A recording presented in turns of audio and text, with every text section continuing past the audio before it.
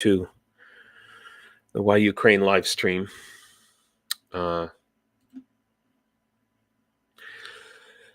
going to get into the news and what's going on the battlefield and lots of other information today. As you can see, I'm a little bit distraught this morning, but give me a minute. I'm going to let you guys listen to some music while everybody comes in and joins.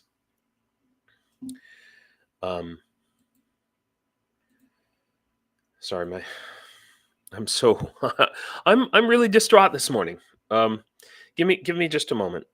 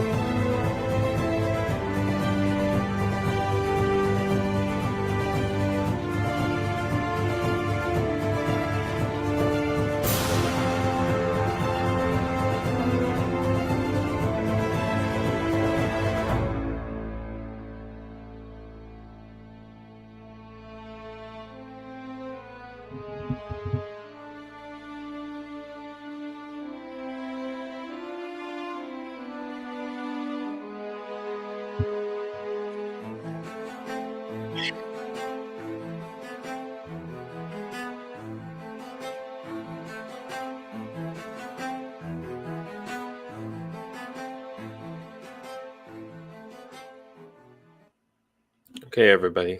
Thanks for coming. Thanks for being here. Aussie Bugger. It's good to have somebody in the room. Man.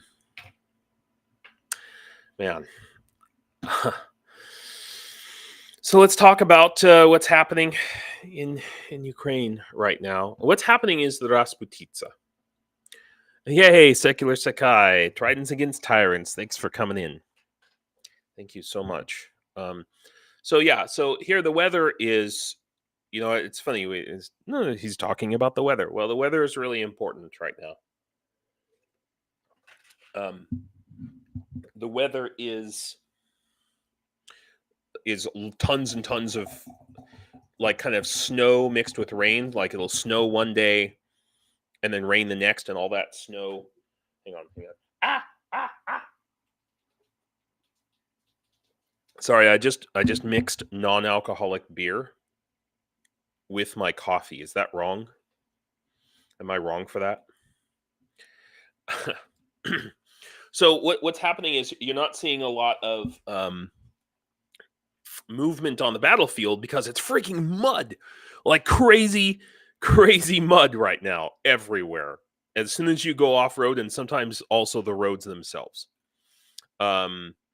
So I'm just going to tell you, Tony, the sniper that we sponsored, yes, yeah, I'm a bit of a masochist, Secular Sakai. Yeah, coffee with beer, and not even real beer either, fake beer. It's because I like dark beer, but you can't get dark fake beer. So it's like it's poor man's dark beer. Um, anyway, all right. Enough about my stupidity. Um, excuse me. So our man Tony is somewhere down here right now, out there on the front line, in the mud, in the muck.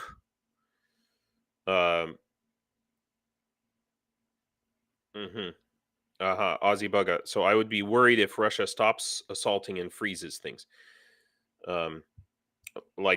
Yeah, losing meat attacking seems self-defeating, but don't interrupt your enemy when he's making mistakes. Yeah, I feel you. I can also feel that you're using voice to text, but I get it. Yeah, that's it. It is a little bit of a concern. So here's here's how I'm gonna title this live stream. Okay, today, and the title of it is gonna be "Now the Real War Begins." Okay, because yeah, we've got a pause right now for the weather, but now that Putler has uh you know he doesn't have anything holding him back anymore. He doesn't have to worry about the fake election. Now he can do whatever he wants for the rest of his reign, essentially. Now that the quote unquote elections are over. Oh, fat thumbs and old bad eyes, not speech to text. Okay, I feel you. So that's look. The these next I've been saying it over and over, but these next few months are the most critical for Ukraine in the whole war since the very beginning. We've got a couple weeks maybe of this Rasputitsa, and then I think we're going to be looking at a full, like, just Russians throwing everything. They'll start full draft, the full conscription. None of this crypto conscription. They're going to have another 500,000, maybe 1 million soldiers coming to the front. Yeah, and they are already actively interfering in the United States elections and the European Parliament. Okay, and it's full on war now. From here on out. This is a new level of war that most Americans I know, and um, most Europeans are not ready for, not prepared for, in terms of their mentality. They're not there. They're not there. So it's going to get bad. It's going to get really bad.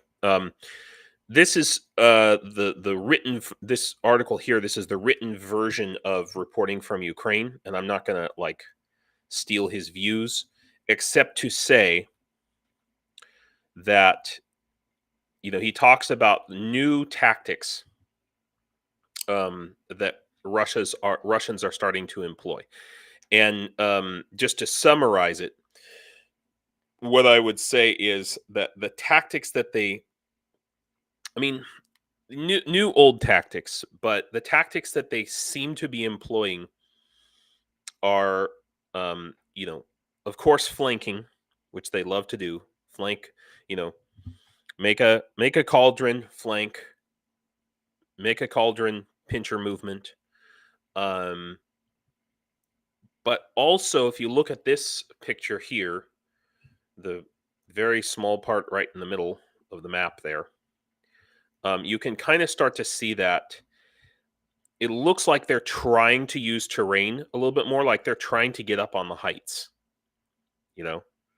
So they're coming out of, because they're taking villages. Most of the villages are in valleys.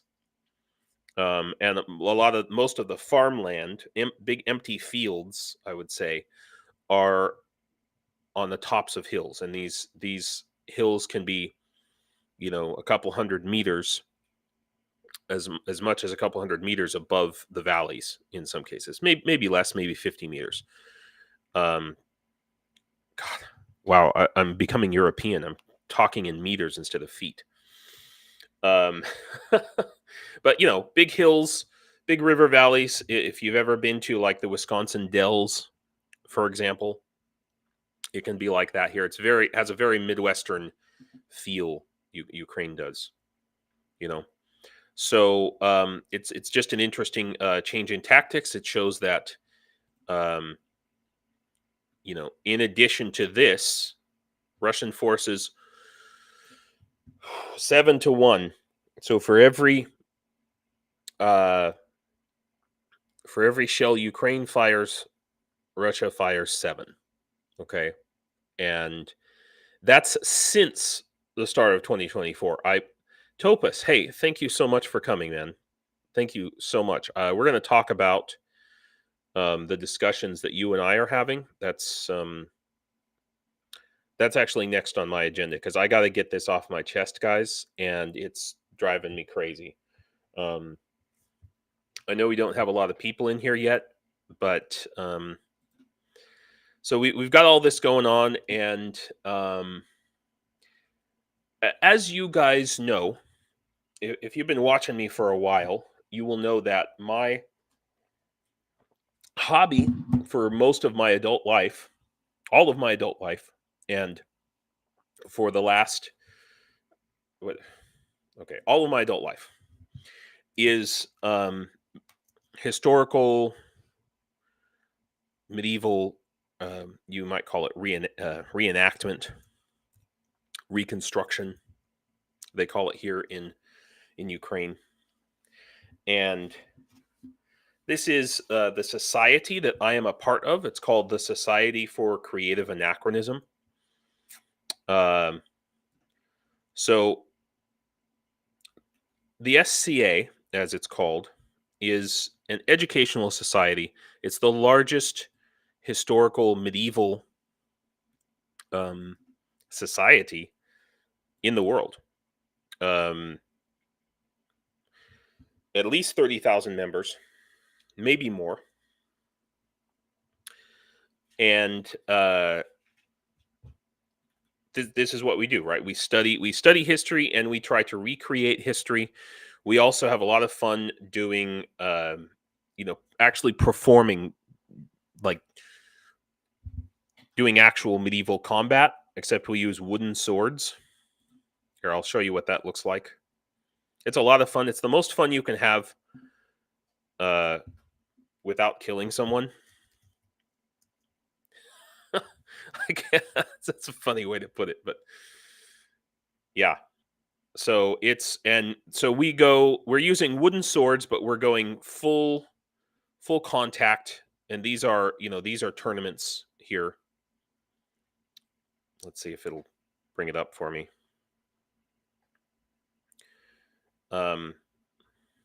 Okay. There we go.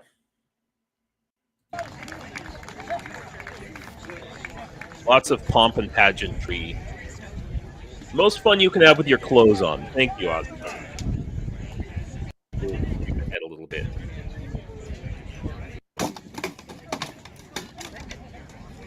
And yeah, they just hit each other in the legs, so now they're... And it's hard. It's freaking hard stuff. So, let me show you. We also have huge, massive wars where... And we literally call them wars, with thousands and thousands of people. I've said it before, that my feeling is that if everyone in the world did this, we would have a lot fewer wars, actual wars. That's my theory. Okay. Now, why am I talking about this nerdy crap? Okay. Yeah, I can't watch this, otherwise I'll just live stream, fighting videos. I can't do that. The reason I'm talking about this, oh yeah, so Last Alliance saw some of that when I went to the Highland Games with the bagpipe bands. Yeah. Hey Sarah, good to see you. So yeah, the reason this is important, okay, is because Putin and the Russians in general, I would say, Putin loves to talk about history, right? He loves to give these big freaking false history lessons, you know? Right, Jonathan. So my theory on this is that if people, all right, mostly men, okay, when I do this all day, for like a weekend or a week, when I go back to work or back to my daily life, I'm totally relaxed. Nothing can piss me off. You know, I just think that if we all did this enough, then we wouldn't want to fight each other, like in wars. That's my theory, and I'm sticking to it. I may be wrong, but a big part of what we do is not. Hey, Catherine, good to see you. A big part of what we do is not. I mean, this is only like 10% of our activities. Most of our activities are studying history, learning about history, teaching about history. Our group, our society, this group is. I mean, I know a lot of these guys in this picture. They're in a perfect position. These nerds are in a perfect position to counter this inaccurate narrative that Russian propaganda is putting forward about history.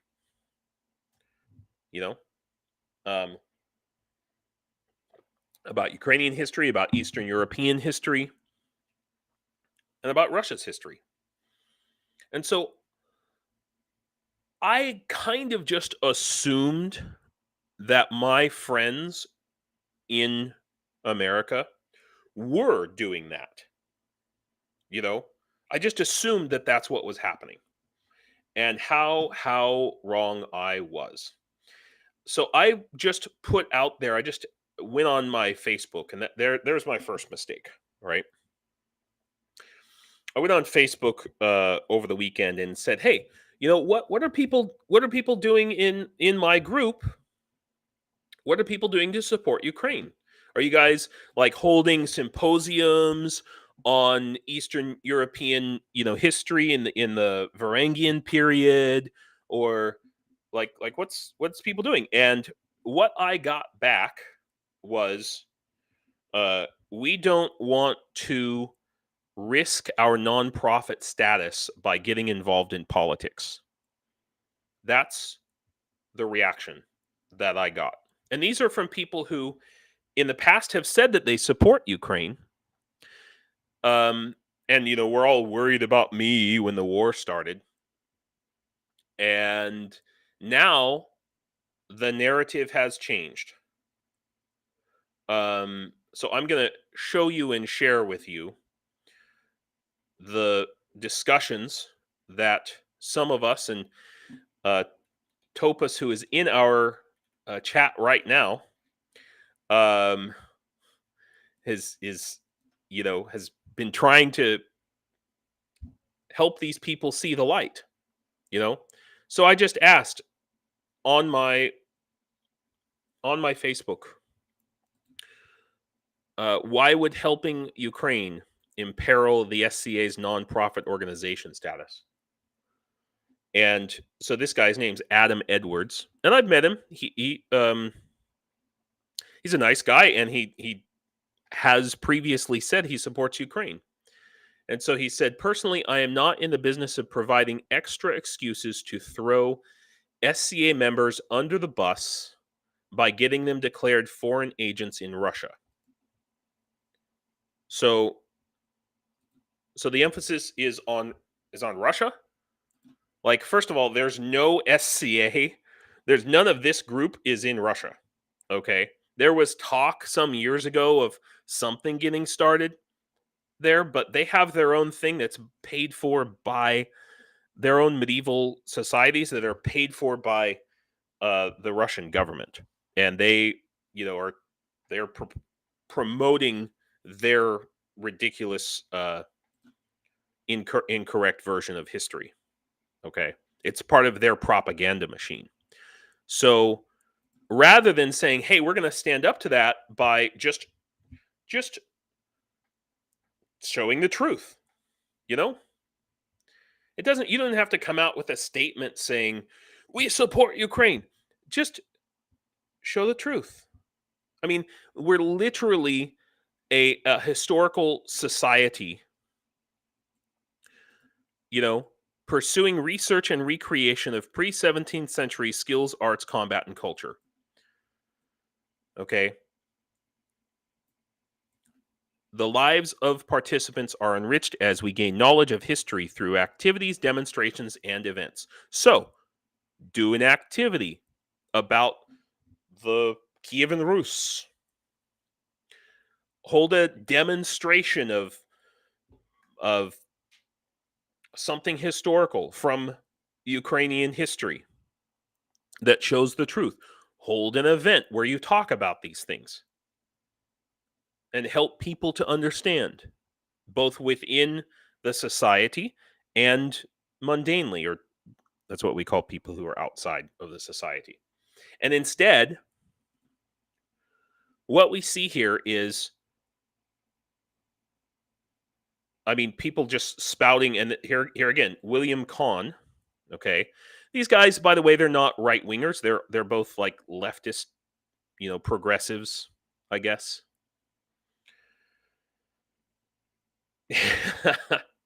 that's that's an interesting thought. So, Trident Against Tyrants. Tell those cowards to form a 501c4 organization of their own, not 501c3, if they're so scared of losing nonprofit status. Excuses can only run for so long. Strategic steps to help exist for a reason. Okay, that's I don't know anything about that. Secular Sakai. I don't know what the difference between a C3 versus a C4. Let's talk about that. Let's have a discussion on our Discord about that, because I am planning myself to start a nonprofit in the United States with the help of someone. I don't know yet, but yeah. So I'm kind of doing research on that, and um, so here, we've got people. So here we go. This guy says, "You all realize the Russian people aren't the Russian government. I mean, I personally wouldn't like anyone to judge me or my actions for what my country does. I fucking hate my government and say so all the time." And I respond, unfortunately, at least 70% of Russians support the war. And they come back with, "Where are you getting your information then?" Well, I talk to Russians. I talk to Russians. Okay. And there's lots of surveys from independent, under the radar things. And let me tell you, the Russians, the people support this war.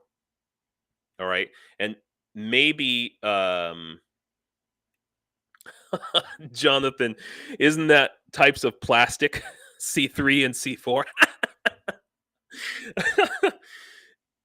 So they're falling for these are progressive narratives, okay, saying that. And so now, this, William Kahn, he calls my friend Topus, who's in our chat right now, he calls him a troll for reacting, for laughing at these discussions, you know and I'm like, I- and then this William Kahn guy blocked Topus. Topus is a Ukrainian. Sorry to out you, Topus, but Topus is a Ukrainian from, he was a medic. He worked for the hospitalers here. You know, he's been shelled. His home city is being shelled almost daily. Okay, the you know, and I was literally shaking. I just made the mistake this morning as I was, because I post notifications of, hey, I'm doing a live stream, and I made the mistake of checking Facebook and reading what people said, and it's awful. It's really awful, and they really just don't understand.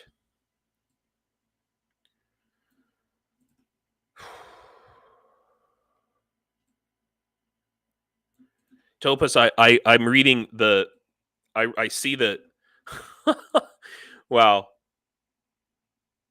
It's just okay, guys. I'm going to ask you, those of you who are watching right now, who support Ukraine.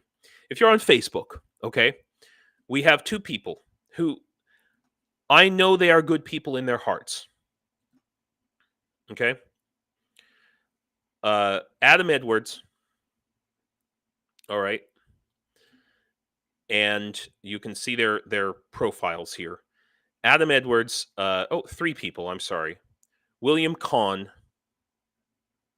Okay, he's in California, and Scott Thibodeau. Yeah. So I'm asking you to, if you're on Facebook, go ahead and try to talk to these people. Send them a friend request. Try to educate them as much as you can. I'm so emotional about this that I come across in a very strong way. Maybe you being a little bit kind of a little bit less emotional than I am.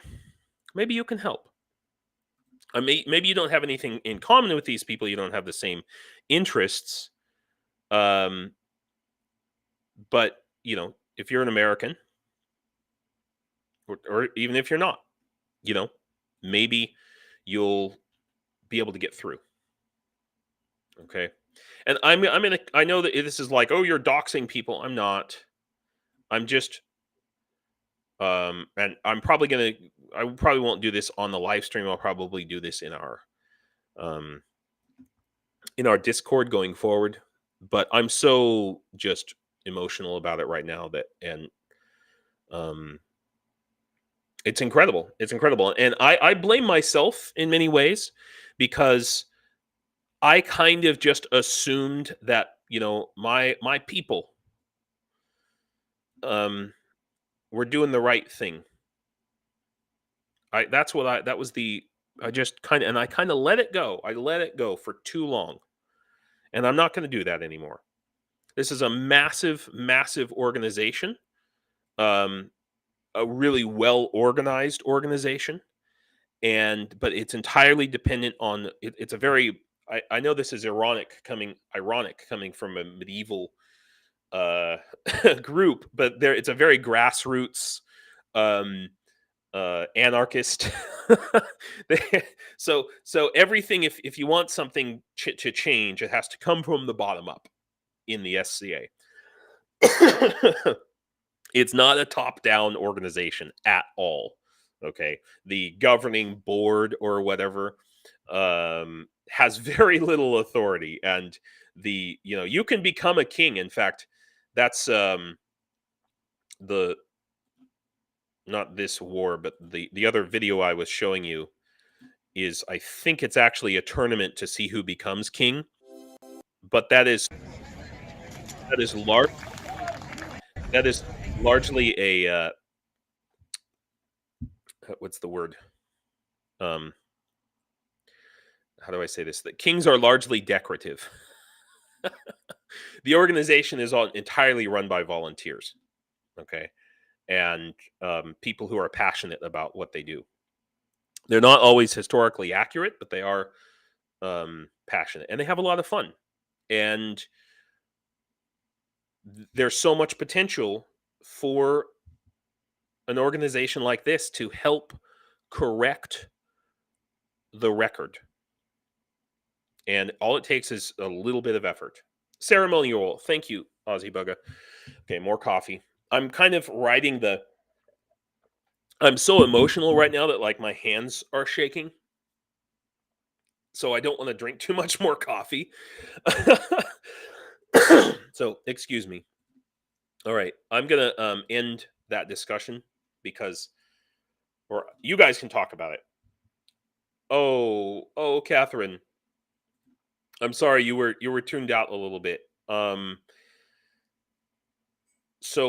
okay, so Catherine, you have a huge organization in Australia. It's called the King. It's part of the Society for Creative Anachronism. So these are historical recreationists. Okay, and your group in Australia and New Zealand is called the Kingdom of Lochach. Here, this is their website, lochach.sca.org. There are thousands of us in Australia. It's a major thing. Okay, and here's all of the kingdom level events, but I guarantee you every major town and city in Australia and America, obviously, and many in Europe as well, have these these events like what I just showed you. Okay, and this is it's a fantastic. If we can help to mobilize these people, this and help them to see why history is important here and why their primary mission of learning about and teaching about history, it is so vital in these times. It boggled it, and I've let it go for too long, and I'm not going to do that anymore. Okay.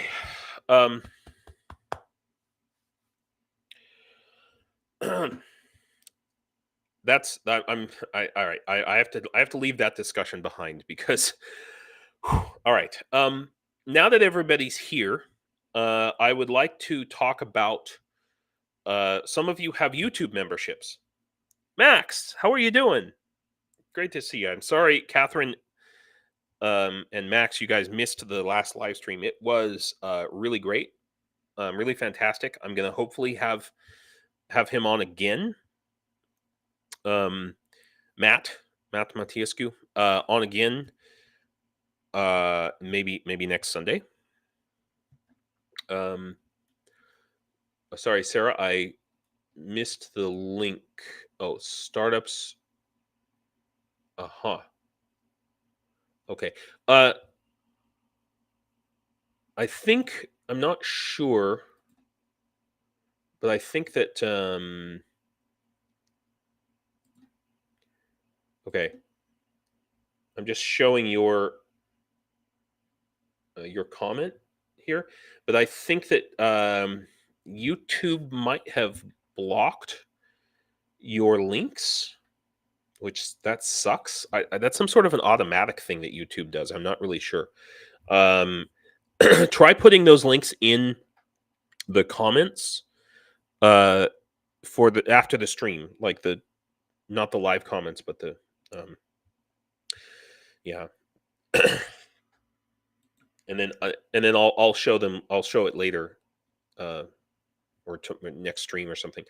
Let's see. Topus, I'm reading. Many people think that a war started because of the USA, and believe that Putin is the greatest leader. Even a plumber who came to repair pipes told it to me. Wow. Now Topus is in Canada, guys. So yeah. That's I assume you're still in Canada, right, Topus? It's shocking. It's shocking that people are falling prey to this awful, and it's Russian narratives, Russian disinformation, and it's being put forth. Yeah, okay. Maybe there's some sort of a setting that I have turned on. It shouldn't be set to strict. And And I'm not sure if I can change it now. Yeah, I'm gonna go into after the stream. Unfortunately, I'll have to do this, but I'm gonna go into YouTube and see where to go. I remember there's a place to like to check filtering comments in stream or something, and maybe I have that turned on somehow, because you guys are not the first to complain about that. So, yeah. All right. Anyway, let's talk about this YouTube integration. Okay, so I'm talking about Discord right now. I'm going to put out a video, maybe hopefully by next week or sometime next week, for members who've joined through YouTube on how to join the Discord, because so far the only way you could join my Discord is if you were a YouTube member. Okay, so the way this works is,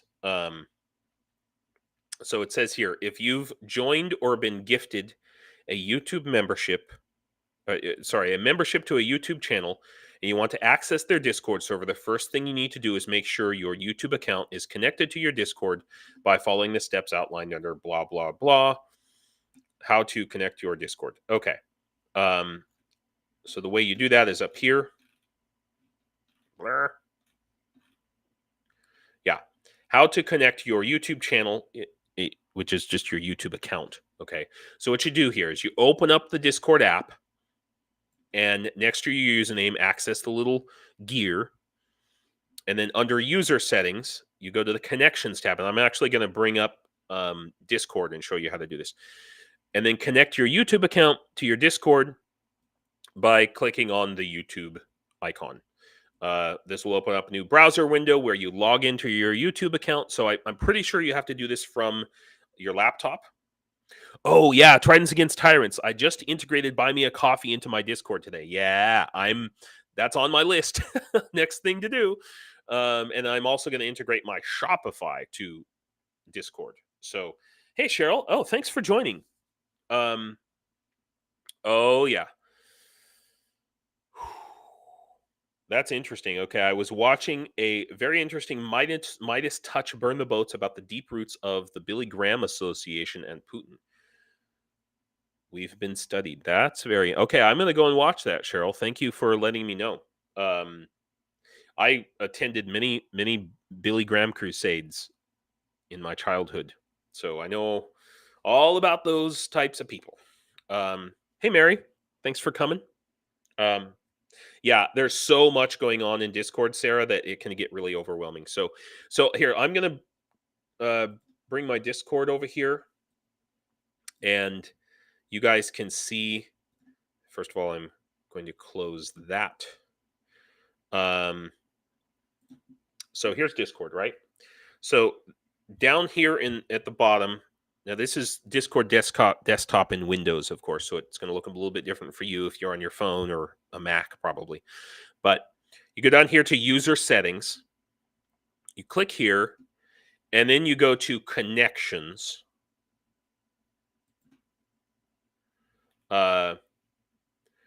Okay, Sarah. Sarah says you should have Discord separate for those peeps that don't like to connect their stuffs. And yes, I am about to talk about that. Spoiler alert, I'm going to talk about that in a minute. Yeah, I mean, Greg Terry is a very strong Christian conservative. This is a big, okay, we'll get there. Yeah, Topus. I just asked if he thinks it was guys from the USA in Bucha. Wow. Yeah. Okay. My Cheryl, my mom tutored Billy Graham in Greek at Wheaton College in the 1940s. Holy crap. That's like the guy who saved Hitler in World War I. Okay, not that bad, but still, like, you don't know what people are going to turn out to be, right? Yeah, so I'm going to get to that. I like to offer to manually give Discord roles to those who don't like integrating stuff. Yeah, I'm. That's why I need to bring on extra admins, because I know I'm not going to be able to handle that. I'm starting very slowly to make this right. So anyway, back to my narrative here. Right. So let's start from the beginning.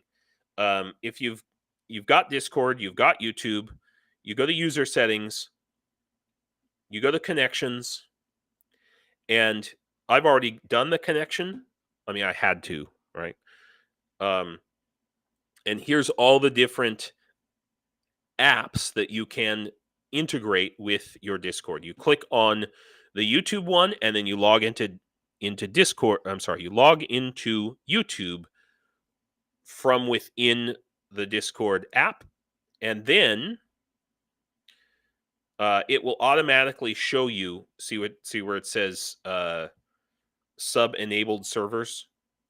It'll say what servers you are connected to or can be connected to through Discord.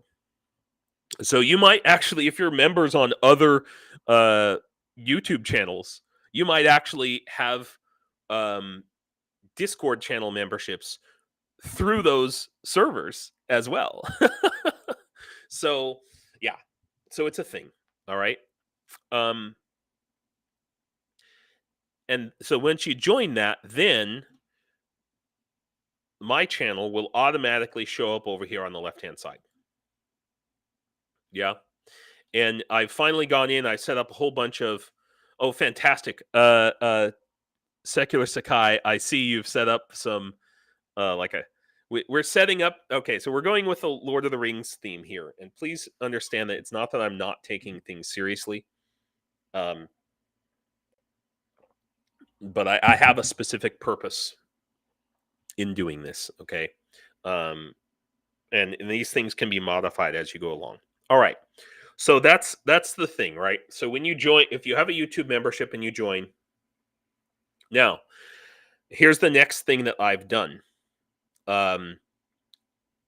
If you have a YouTube membership to my YouTube channel and it's integrated to the Discord, as of right now, you can invite people. Yeah, you can invite people. So I'm finally, this is my way of slowly opening up my Discord channel on an experimental basis. So like for example, Sarah, if you message me, I can invite you. Cheryl, if someone in our group who you trust, if you or maybe you don't have, you're like, I don't understand all this. Maybe Sarah can invite you into Discord, and so that way it's not open to anybody who just finds the server. I'm not going to do that. Sorry. Not right now anyway. Not unless I have like a whole tech team of security people. So it's still an invite only server. That's the thing, right? So if you know somebody who you think should be in here, that's really cool, great. Invite them. Okay. So it's that, word of mouth and all of that. Okay. So with that in mind, let's keep on going through the news now that I've done that. I hope everybody's, relatively clear on that. Oh, I see Salt of the Red Earth. Thanks for coming. Awesome. And I might have to, well, okay. I don't want to get into all the technical details of Discord because, dude, Sarah, you are absolutely right. Discord is freaking overwhelming, and I've had to learn so much just to get to this point. Okay, so with that in mind,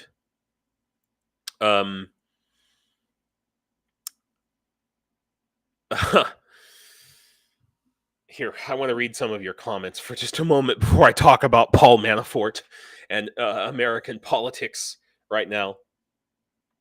Um, yeah. So yeah, Greg is an awesome guy. He's someone who can and very proudly works with people from many different backgrounds. Yeah, yeah. Understand that you know not every evangelical has been sucked in by Trump. You know that non-Trump evangelicals are in the minority, but um, they're out there and they're good people. You know, despite their magical thinking and all of that. Um, ultimately, the values that Jesus Christ prescribed are humanitarian values, and as far as I'm concerned, they're liberal progressive values. To whom much is given, much will be required. That's and give unto Caesar what belongs to Caesar. Right? That's progressive taxation. It's in the Bible. You know, I could go into more, but I won't. So it's very interesting that over the last 50 years, the evangelical movement has been very much subsumed into Republican politics. It didn't necessarily have to go that way. And Billy Graham was a big part of making that happen. So among others.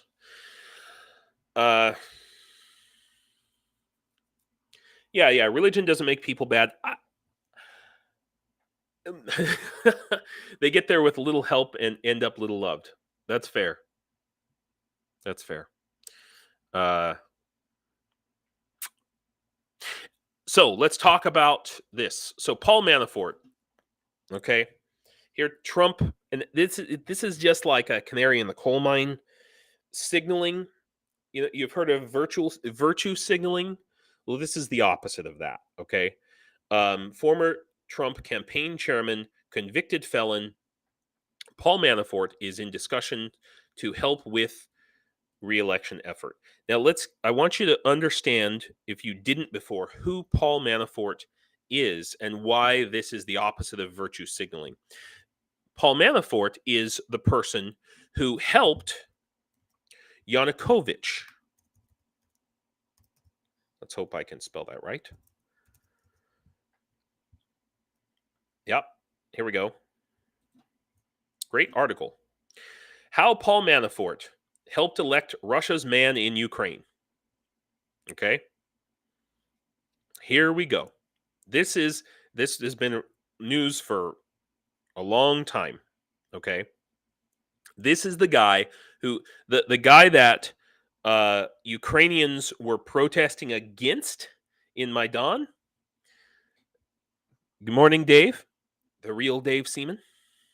The guy who Ukrainians were protesting against in Maidan. This is the guy who suited up Yanukovych and made him Yanukovych. Everybody in Ukraine knows Yanukovych was a criminal. He was mafia from Donetsk Oblast. He got his start as like a small-time thief, was in and out of prison, and he was chosen by Putin and by the FSB to become the chosen one, the elected. This is how Russia maintains its dominance in all of the former Soviet Union colonies. From Uzbekistan to Belarus.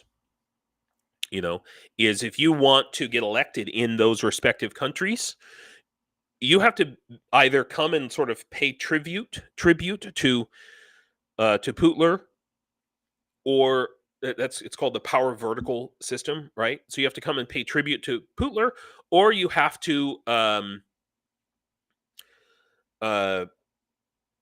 be chosen by Putin's regime and the FSB. So that's the guy who Trump hired to run his campaign the last time. and who he wants to bring back for his current campaign. You know, it's crazy. It's shocking. It's I just I don't know what to say about it. And as you all know, right? So Trump has said in the last week that there's going to be a bloodbath if he's not reelected. Okay. Trump is planning a coup. No doubt about it. Have no doubts about that. Okay. If he doesn't get elected, Trump's planning a coup in the United States. And he absolutely does not like Ukraine. You know, he might be saying here, he says, Trump hopes he won't have to choose between Putin occupying Ukraine and sending weapons to Kyiv. So he's already said he won't send a penny of aid to Ukraine. Yeah. And what does this mean when he says he won't have to choose between Putin occupying Ukraine and sending weapons to Kyiv? The reason he won't have to choose is because there won't be a choice. He won't have to choose because as soon as he cuts off aid to Ukraine, he's already cut off aid to Ukraine. Trump is already essentially acting as commander-in-chief for half the country. Hit through Mike Johnson, okay, through this guy. Let's see if I can bring it up. Through Mike Johnson, Trump is controlling the country. Okay? That's it's already happening. So yeah, so Aussie Bugger, let's see here. Manafort has shown he has no ethics, which is precisely what Trump wants. Yeah. And that's why he was connected with Yanukovych, a guy who also had no ethics and who brought in a bunch of criminals into the Ukrainian government. You know, yeah. And so everybody's talking about the first of all, we've got dueling discharge petitions, you know. So in other words, the Republicans have a discharge petition that's out there, and the Democrats have a discharge petition. Okay. I'm letting you know that now we've got, in fact, 3 proposals for aid to Ukraine. And you might think that, oh, that's a great thing. We've got 3 proposals to help Ukraine. But no, these 3 proposals are intended. I'm talking about the 2 discharge petitions and the third one that Mike Johnson is proposing, which hasn't even been brought to the floor yet. So he's saying that Ukraine should, and of course, this is coming directly from Trump, right? That Ukraine should get loans, and people are saying, "Well, fine, like great, whatever we have to do to send Ukraine aid sounds great." Okay, it's a trap. It's a trap. This guy is a snake. Okay, and these 3 different proposals are going to meet in Congress, and different people supporting them are going to fight over the details, and it's going to drag on for months and months and months more. And Trump knows that the election, okay, is 8 months, 7 months away. Okay, and he knows that he's already delayed Ukraine funding by 6, almost 7 months. He's only got 7 more months to go. You know? Right. So, Michael, the only chance is to block the next spending bill without Ukraine aid. Yeah, so that's the debate that's happening right now is the continuation bill in the Congress, which I don't think I have an article about, um, but the continuing resolution um, to fund the government, especially the Defense Department. The Republicans are trying to cut defense spending specifically to block Ukraine aid because uh, they know that the president is going to find different ways to sneak Ukraine aid in, like he did with the 200 million that we sent, or that we approved to be sent last week. So if they can squeeze the Defense Department a little more, they think maybe they won't be able to find those workarounds. Um, yeah, Cheryl, thank you. Manafort was Yanukovych's campaign manager in 2010 when he helped him win re-election. So he took this guy who was like a sub-criminal Soviet mafia person and kind of put him in a nice fancy suit and changed his hairdo and tried to make him more palatable to Ukrainian people. It didn't really work. There was a lot of questions about the legitimacy of that election. And in fact, what percent of how about this? Ukraine Yanukovych map. Right. So let's take a look at in 2010. What percentage of people voted for Yanukovych? Okay, we can look at it right here. So all of these eastern areas are, Donetsk, Luhansk, Zaporizhia, Dnipropetrovsk. These are heavily infiltrated and have been historically heavily infiltrated with Russians. And these are the areas that voted for Yanukovych. They're heavily infiltrated with Russians, people holding dual passports, and lots of Russian propaganda. They were suffused with massive amounts of Russian propaganda. So all of those blue areas that you see there. Dnipropetrovsk is very interesting. Obviously, the attitude of Ukraine has changed. But Dnipropetrovsk and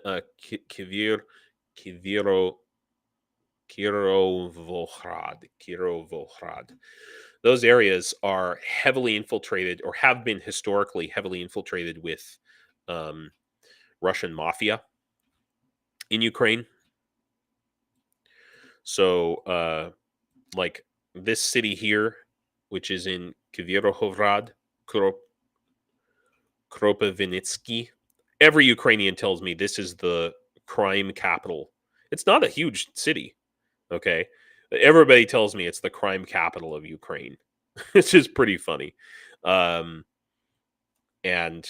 yeah, so anyway. Right, so it's not good. It's not good, guys.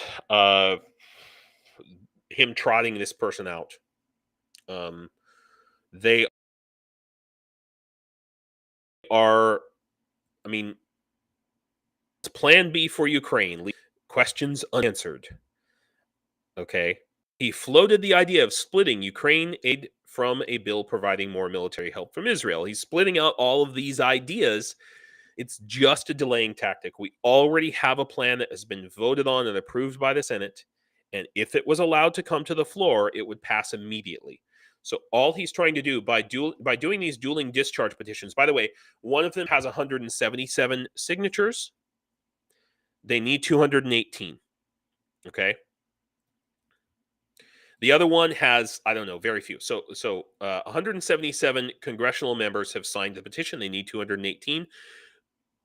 Now, This was introduced last week. I think this article is from, it's from last week.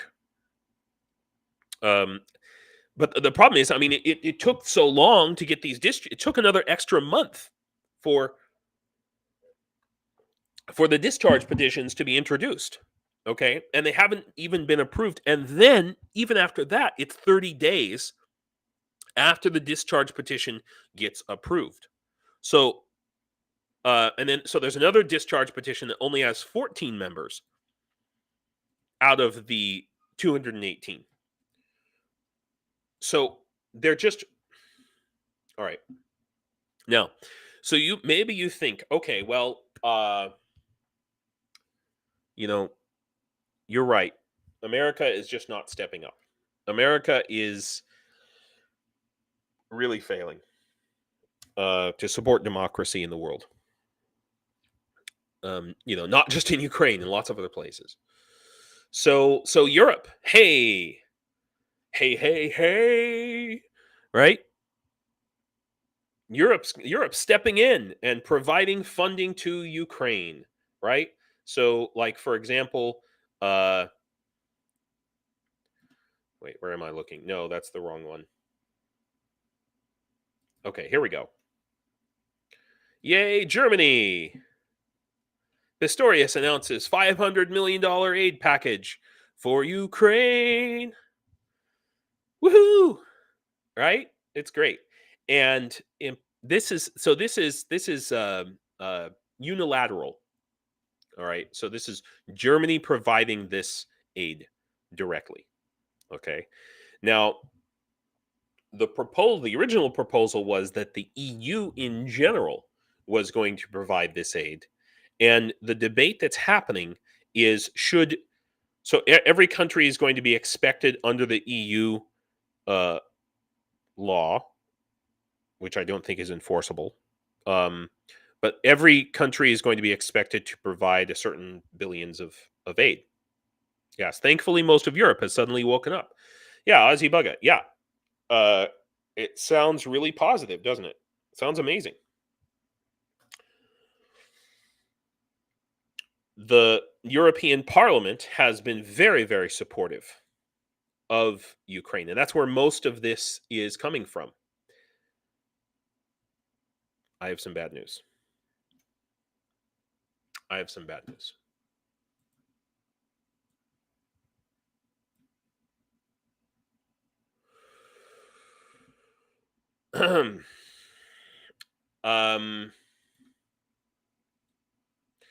The European Parliament is having elections this summer. This June or July. Okay. And according to current statistics, anti-European populists are likely to top the polls in 9 member states: Austria, Belgium, Czech Republic, France, Hungary, Italy, the Netherlands, and Slovakia. Okay. Far-right parties are becoming increasingly dominant in national settings across many EU capitals. Now, why? You may ask why. It's not only because of Russian influence on these elections. There is a lot of that. Of course, that's absolutely happening.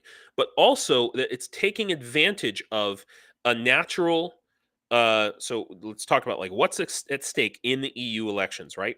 It's taking advantage of a natural instinct that people have, which is that when they're afraid, when there's a threat from the outside, like war on or near your border, people instinctively react by voting for the candidate who they feel is stronger, right? Not stronger on their particular issues, but just generally stronger. And who's gonna make their nation stronger? They have this feeling. It's not about facts. It's not about voting record. It's about rhetoric. pathos, and who does a good job of making you feel confident in your country. And it's the conservatives and populists. And then populist conservatives really do a good job of that. Okay, people are voting with their gut. People mostly vote with their gut, and they're mostly wrong. Okay, so what's happening here? Let's see. I'm hoping I have the right. Okay, I need to. Where's my graph? I literally have a graph showing what's happening in the EU. That's not the one I'm looking for.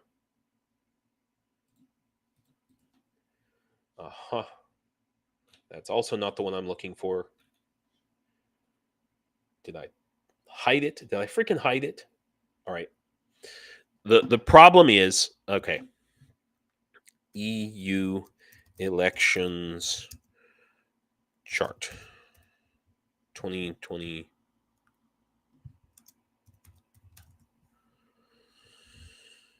Okay, maybe this is it. Maybe this will tell us.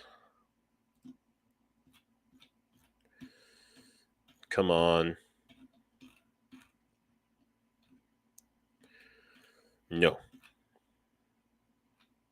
Here we go. This is what I was looking for. Okay. So we have, this is the right, is obviously on the right. These are the different political parties. And we have the left. Now remember, the left, there's actually a party called the left. Yeah. Yeah. So Borg, here in the Netherlands, it's immigration, what got Wilder so many votes. But he never mentioned Ukraine once in his campaign because he knows that, unlike him, the majority of Dutch support Ukraine. Yeah. But we question even Wilder's, right? And so we know that the extreme right and the extreme left in the extreme right and the extreme left in European politics do not support Ukraine. These guys, the EPP, European People's Party, they're kind of like center right. I don't know exactly where they stand. But let's see if we can find out. So June 6th to 9th, we're looking at some major potential changes here, guys. We're looking at a major right-wing shift. Oh my God, there's way too many freaking graphs. Okay, this is ridiculous. Here we go. This is what I was looking for. So what we're looking at is that the right-wing parties are going to gain big. So notice how this changed. Okay, the ID, which is a far right-wing party, all of these guys on the far right-hand side are gaining big. In France, for example, Macron's party, this is why when people talk about like, oh, Macron is supporting Ukraine and France is going to support Ukraine now, that this is going to be this, it's great, right? No, his words are wind. Okay, because yes, the French president has lots of power, but in the European Parliament, the French right-wing coalition is going. It's highly questionable if they're going to vote in favor of Ukraine the way that the current European Parliament has.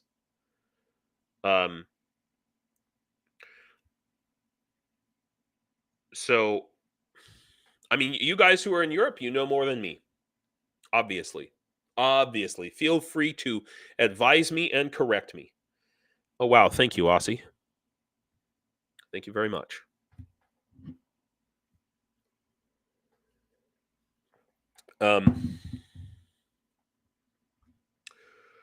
So, yeah, you guys are talking about a lot of stuff more than I've been talking so much. I haven't been able to keep track. Uh, yeah, America, everyone deserves a second chance. But if you guys vote for him again, your allies will start looking for their own nuke umbrellas. Yeah. No, that's already happening, Aussie Bugger. It's already happening. Okay. Um, so do not, under any circumstances, assume that the EU is going to keep Ukraine afloat because when America is faltering, it's not. Because yeah, they're talking about this the Czech. Let's see if I can find it. The Czech proposal to send more, to send a bunch of stuff, shells to Ukraine, and that's supposed to go through. The shells are supposed to start arriving in June.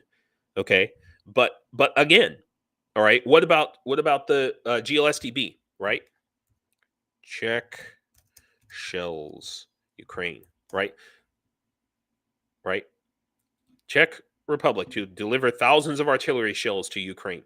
Right, but here's the problem: it's not coming until June. Okay. Uh, Johnson, this guy, he knows, and Trump knows that if they can just hold out just a few more months, if they can just somehow drag this out just a few more months, that'll give time for Putler to institute the full unmasked conscription mobilization, totally mobilize Russian society, have another 500,000 to 1 million soldiers. Putler really thinks that he can take Ukraine by the end of the year. I think he really believes that. Absolutely, at least half of Ukraine. So that's that's the real situation that we're dealing with here, guys. I don't know. I don't mean to be a big fat downer. Borg fella, I'm out of weed and can't sleep. Oh. Yeah. So, oh, I was a member pressing too many buttons. That's funny, Aussie. Okay. Uh, you should try. You should try some of that weed. Might help.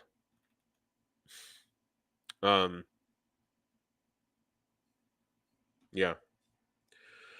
So, guys, I'm distressed right now. Okay, I'm distressed about these things. I don't. It doesn't look good. I don't see a solution. I mean, I see NATO, protecting its own at a bare minimum. NATO doing this, building. So Europe builds largest Europe base near the Black Sea. Now, the problem is that they're talking about this as if it's already happened. It says Romania has now begun construction of what will eventually be NATO's largest European military base. Okay, $2.7 billion. But when is it going to be finished? Like, they don't say here. 2027, something like that. Okay, so let's take a look at, though. Changing topics a little bit, because I have to get off of this. I gotta close some of these windows. I have to get off of this topic here because I just I'm so distressed about it. I told you guys my hands were shaking this morning. So let's take a look at where this base is going to be. All right. It always puts me right in the middle of Ukraine, which I know it. I'm not doxing myself, I promise. Okay, so this is the city of Constanta. Okay, and why are they putting it here? This was the question I asked myself, because wouldn't it be smarter to put, you've got the Danube River, the largest river in Europe, and this is the mouth of the Danube, and most of it is under, more than half of the Danube River delta is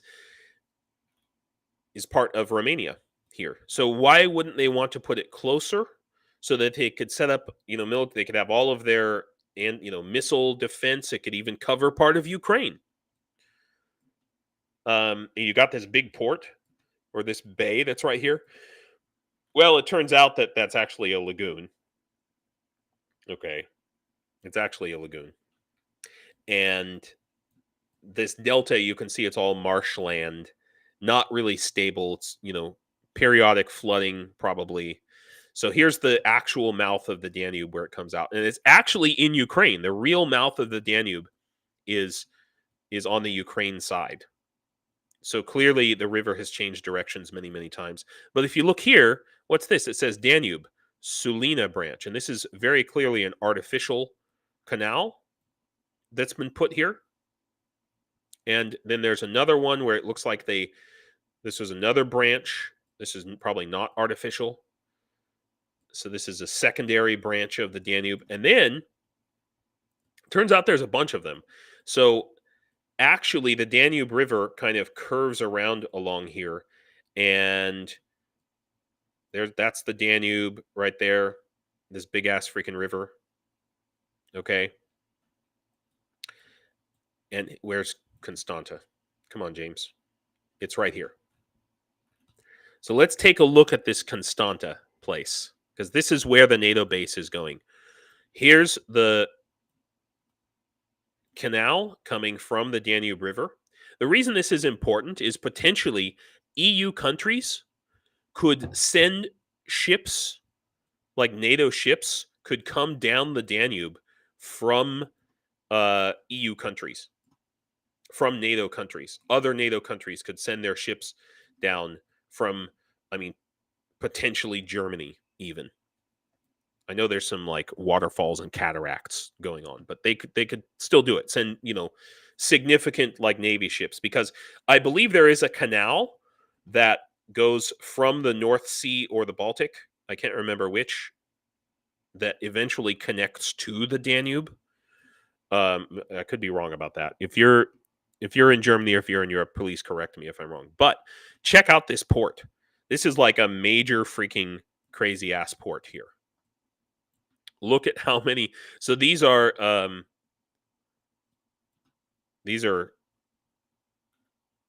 container ships here. Massive container ships, or maybe they might be oil. I'm not sure. And they're all just stacked up here. Probably coming from China, I should guess, because of the trade imbalance with Europe. And good God, what the hell is that? Oh, I see. This is like coal. These are minerals that are getting ready to be loaded on to the ship. So then they go into the hold of the ships here. So this is a major freaking crazy port. I'm very curious to find out like where there's not a lot of space here to put a full Navy port, unless they're gonna like completely revamp this area. Like, where are they gonna put it? Or maybe they're gonna, no, they can't. Where are they gonna put it? That's the question. All right. So I just wanted to show you guys that, so you get an idea of where this is going to be here. Yeah, there is a canal connecting the Rhine to the Danube. So, but again, this is years away from being completed. And all this stuff that the EU is talking about all these shells, and they're ramping up production. The next European Parliament can come in and just say, you know what? Forget about all that. We actually don't want to do that. We're canceling that. Okay, because we want to put our country first, Italy first, Belgium first, Portugal first, to the detriment of not just Ukraine but Europe as a whole, because these right-wing people, both in America and in Europe, they don't think of themselves as citizens of Europe, or citizens of the West, or of the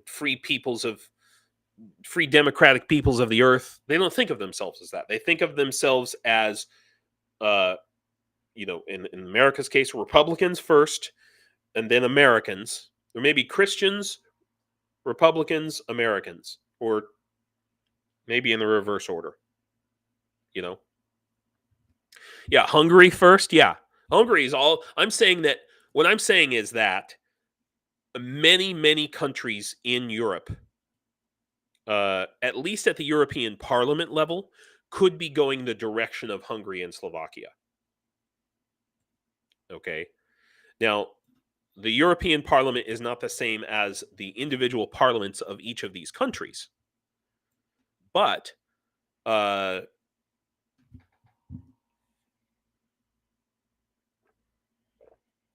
the European Parliament has a direct effect. The European Parliament is the ones voting for sanctions against Russia, voting for funding, defense funding and humanitarian reconstruction funding coming to Ukraine, voting against the European Council's appeasement of Ukraine. They're the only ones in the European government standing up to Hungary in a concrete way. Okay, and now we're seeing that it's very likely that that's going to change this summer before the shells arrive. Okay, so I don't know. I mean, there's a lot of other things that I could talk about today, but those are the big things that need to be discussed. Okay. And by discussed, I mean disgust. They need to be disgusted. So I'm sorry, guys. I don't come with good news. Let me talk about some good news. Okay. Yesterday, oh my gosh, and I failed to. Okay, I'm gonna send out a bunch of short videos. Today, yesterday, I shipped the plates, so it's not on the website anymore. I took it down because we raised money for it, and completed it. So I sent a set of plates to the front line. I have a plate carrier because I talked about it last week. I don't need to go into it, but I do have a plate carrier now that I'm looking to send to someone who needs one. But right now, nobody that I know needs a plate carrier. Oh, Jonathan, good night. So I want to thank everybody also who purchased soap for the barracks, because I sent soap out over the last, I guess I sent it out yesterday, the day before yesterday. I sent out soap to the barracks. So I think 20 liters, 20 liters of soap, and 20 liters of hand soap and 20 liters of dish soap, which they desperately needed in the barracks. I know that sounds ridiculous that we have to do that, but they don't get money for that from the Ukrainian government in the International Legion. Okay, so I wanted to send the plates, right? But my the commander who's in charge of distribution said, no, we don't need plates right now. What we need are actually backpacks. So in other words, 3 months ago they needed plates, but now here I'll just I can show you a little bit this message here. So this is the conversation I had with the commander. So I said, you know, I was like, hey, I sent him a picture of the plates. I was like, hey, do you need this right now? And he said, we need bulletproof vests for training, but not right now. And we need backpacks right now. Okay, so, you're always a little bit behind, right? So I've put this backpack up. Now I have a full package that you can contribute to as well here. But this is, to buy everything all in one big package, it's $1,800 is what I have priced out for everything. So that's plates and shoes and a helmet and tourniquets, everything. So for right now, it's probably better to, if you want to contribute money, to put it towards a backpack. Roughly speaking, on average, they're about $40. They can be as low as 20, but the quality, you gotta really question the quality. They can be more than $20, but more than $40. But I'm gonna try to buy them in that range. I also sent out. I'm happy to say I sent out 6 packs of tactical wet wipes. I know that's ridiculous, but I've talked about these before. They're absolutely vital out there on the front lines, and so I expect to soon see soldiers with with sorry, with black wet wipes out there, because that's what these are. Here, I'll just show you, because I'm not sure who saw them before. So they're black, so that if they fall out of the trash, or they get blown around on the battlefield somewhere, they're less likely to reveal your location to a drone. That's the idea anyway. And they are absolutely vital. So super, super important. We are talking about doing other so we have some other fundraisers coming planned, and you'll see on my page here, I've got some blank space, and so we're gonna hold possibly a raffle for some things, and we've got other things coming up. Right. Okay. Apparently, I'm losing my voice.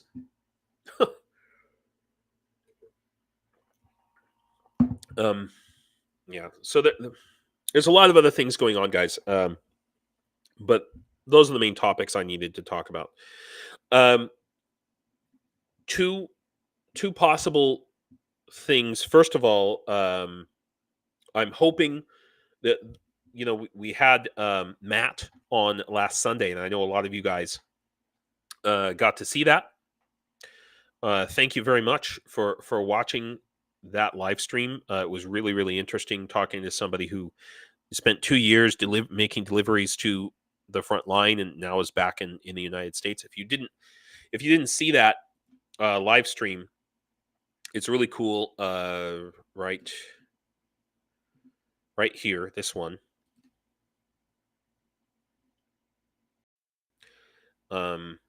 It was a remarkable conversation, just to hear from. Oh, welcome to this. Someone who's been out there, and also made me realize that my laptop camera is crap. I need to be using a better camera, but there we are. And so it was a really important discussion, I think, and I hope to have him back next Sunday or in the future. Second thing, thank you, Azibaga. Second thing is, I'm thinking about switching times to do my live stream. That's mainly because my class schedule has completely changed around now since last week, and so I don't have to do them at early, like getting up at 4:30 in the morning to do a live stream by I mean, it takes me 2 hours to get ready in the morning, and then my brain is fried for the rest of the day. So I'm thinking about. Here's my question. The question I have for Cheryl. Seriously, I want to ask you, because what. So I'm thinking about switching my live stream time to. Oh, come on! I just want to. Like, all right, time. Yeah, there we go. Right. So, like for for example here, this is on a 24-hour time clock, but so 11 o'clock in Ukraine, 11 p.m. is 5 p.m. in New York. Yeah, Mr. Squiggle, I am putting out Discord messages in my channel and in a couple of other channels. This time sucks. Okay. Oh, that's good to know. Well, okay. For you, of course, it absolutely sucks. So looking at the time, I just also I don't want to interfere with other live streams that might be running that are pro-Ukraine live streams. So I'm going to ask in our Discord and in some other Discords, like what time are, like, there's Mercado, there's Rick the Ukrainian, all these other live streams that have regular times. Yeah, I want to find a time to do my live stream that is best for everyone. So yeah, I just need to decide on a time, and you know, I don't want to stay up past midnight, because I do have to, you know, I have to teach classes the next day, and but I'm not teaching really early morning classes anymore, so I can stay up later. That's the point. So I'm thinking about 5 o'clock New York time, which would be 2 o'clock San Francisco time, and I'm just not sure if that's a good time for people watching, and I don't know what that is in Australia, or I mean, obviously in Europe it wouldn't be a bad time either, because it would be like 10 p.m. That's not too bad. 9 p.m., 10 p.m. And okay, so in Australia. Okay. So anyway, that's something I need to figure out. Yeah, so it'll be a discussion I'll have in the Discord, on a couple of different Discords, and see if I can get. I wish there was a chart. I need like a chart of, somebody should make a chart of all of the pro-Ukraine live streams, you know, like a Google Calendar. See where I can squeeze in, basically. So that's something. Yeah. So guys, that is it for. Oh no, I'm not done. The last thing I want to talk about is Matt spoke about a couple, three primarily, in the last live stream I did with Matt. He talked about three charities that are doing really good stuff. The main one he talked about as, you know, being the best guys for Ukraine right now is Ukraine Aid Ops. So I just want to put the word out there about these guys. There's three that he spoke about being awesome. Yeah, how many people actually watch those streams versus mine? Yeah, well, that it is a question, and you know, but I want to make sure that I'm, you know, if my stream is growing, I don't want to be taking away from other people's streams, you know, and I don't want to have make you have to have a conflict of, oh, which stream do I watch or whatever. So, right, Rick streams at about noon West Coast time, and the Shills are 4 or 4:30. Oh gosh. So that is like, that's right in the middle. No, so maybe I won't do that. I don't know. Okay, I'll have to think about it and figure it out. Anyway, I just want to point out these three charities again that Matt talked about. So the one of them is Ukraine Aid Ops, super awesome. He says they're have been delivering a lot of stuff to Ukraine for the last 2 years. One Team, One Fight is another one. I just have their YouTube channel here, but they also have a link tree with, oh my gosh, they have everything: donor box, PayPal. Oh, here's the website: oneteamonefight.org. There we go. Fantastic. So, my hope is, and just to bring up this last one, Bird of Light Ukraine. Okay, and obviously they're doing a huge volume of stuff. Look at that; it's amazing. That's a real assembly line. What I want to do is see all of these people, all of you who are here right now, who've contributed in some way, even just watching the channel and hitting like and doing all of that. These guys that you see here in this video, who are doing all this GIF, I guess it is, who are doing all of these amazing things.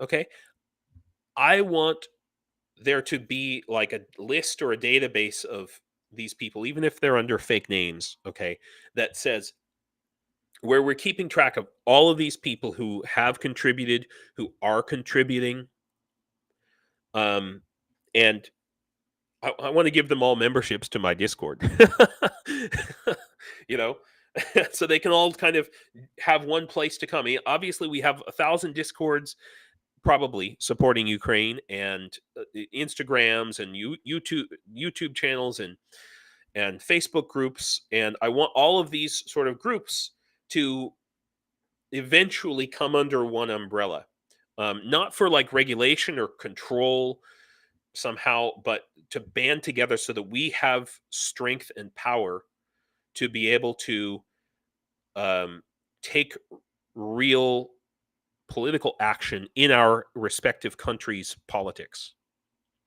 And so when these guys or these guys when they're trying to cross the border with a truck full of stuff, and they get stopped at the Slovakian border or whatever it is, and they're not being let through. In some cases, people have been arrested, for example, for trying to bring drones into the country, all kinds of crazy crap like that. No. They should be able to make one phone call. It goes to our larger association, the whatever you want to call it. If you want to call it the Last Alliance, fine, whatever. They should make one phone call, and a lawyer calls, the Slovakian president and says, yeah, our guys are having problems, fix it. And it comes right down the line, and 10 minutes later, they're like, oh, wave him through. That's the kind of power that I want us to have. And all these little groups are doing great. We're doing great, all of us, and Greg Terry, okay? But by banding together in some way, we could do so much more. And the burnout factor could potentially be so much less. So me, as this little tiny YouTube channel, that it seems ridiculous that I'm trying to make this happen. Someone else is probably going to get the same idea and make it happen. But if nobody says it, then maybe it won't. It's not necessarily a given that this is going to happen, because there's Ukraine fatigue, there's donor fatigue, all of this stuff, and we have to do something to fight against that within ourselves. Yeah, Greg Terry's org has a lawyer who fixes multitude of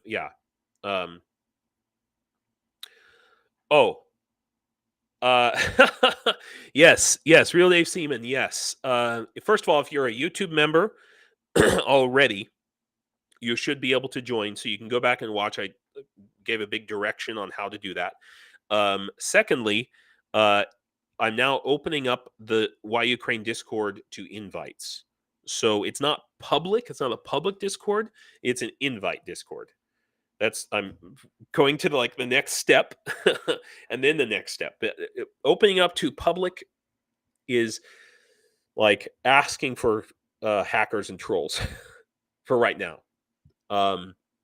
So until it's bear with me, okay? So if you are a member like KK's GG, I know you're a member.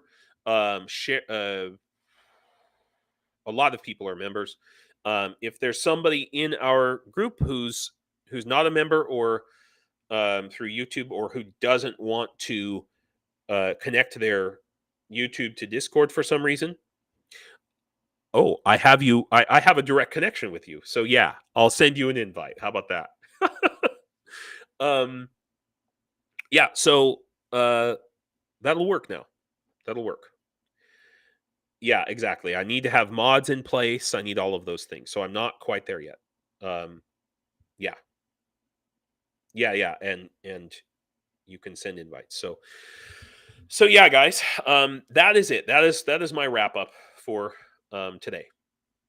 And I'd like to thank everybody for coming and for witnessing my nervous breakdown about all of this. And I'm sorry to be gloom and doom, but that's where it's at. I know I didn't report on every little detail in the news, but these are big things that are happening right now that are affecting Ukraine and going to affect Ukraine. And we need to fight the good fight. So thank you, everyone. Thank you, Borg. Thanks for coming. Slava Ukraine. Oh, Cheryl. You do so much already. You're like a mod in 5 different channels. That you're the next step for me is that people who volunteer are going to be rewarded in some way. And so don't stop worrying about money so much, because the work you do is enough. You know what I mean? Some people can contribute through time, effort, money, whatever. There's a lot of ways. So thanks, everybody. KK's GG, Max. Good night or good morning, everybody, whatever time it is for you. Slava Ukraine. And do побачення.